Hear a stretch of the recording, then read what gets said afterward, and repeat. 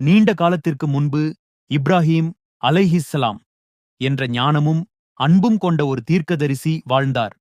அவர் எப்போதும் அல்லாஹ்வுக்குச் செவிசாய்த்து நல்ல காரியங்களைச் செய்தார்.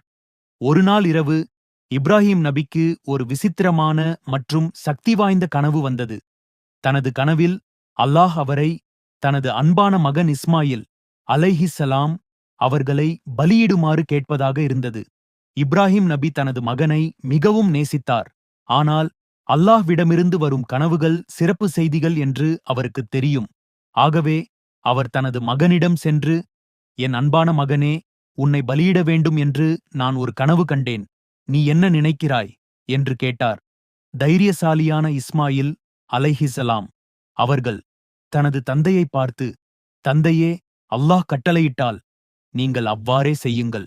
நான் பொறுமையாகவும் வலிமையாகவும் இருப்பேன் என்று கூறினார். அவர்கள் இருவரும் ஒன்றாக மலைக்குச் சென்றனர். இப்ராஹிம் அலைஹிஸ்ஸலாம் அவர்கள் தனது மகனை பலியிடவிருந்தபோது ஆச்சரியமான ஒன்று நடந்தது. அல்லாஹ் ஒரு செய்தியை அனுப்பினான். நிறுத்து இப்ராஹிம், நீ சோதனையில் தேர்ச்சி பெற்றாய். இஸ்மாயிலுக்கு பதிலாக ஒரு செம்மறியாடு வானத்திலிருந்து பலியிடுவதற்காக அனுப்பப்பட்டது. இது அன்பு, நம்பிக்கை மற்றும் கீழ்ப்படிதலுக்கான ஒரு சோதனையாகும். அவர்கள் இருவரும் அதில் தேர்ச்சி பெற்றனர். இதனால்தான் ஒவ்வொரு ஆண்டும் உலகெங்கிலும் உள்ள முஸ்லிம்கள் ஈத் உல் அல்ஹாவை கொண்டாடுகிறார்கள்.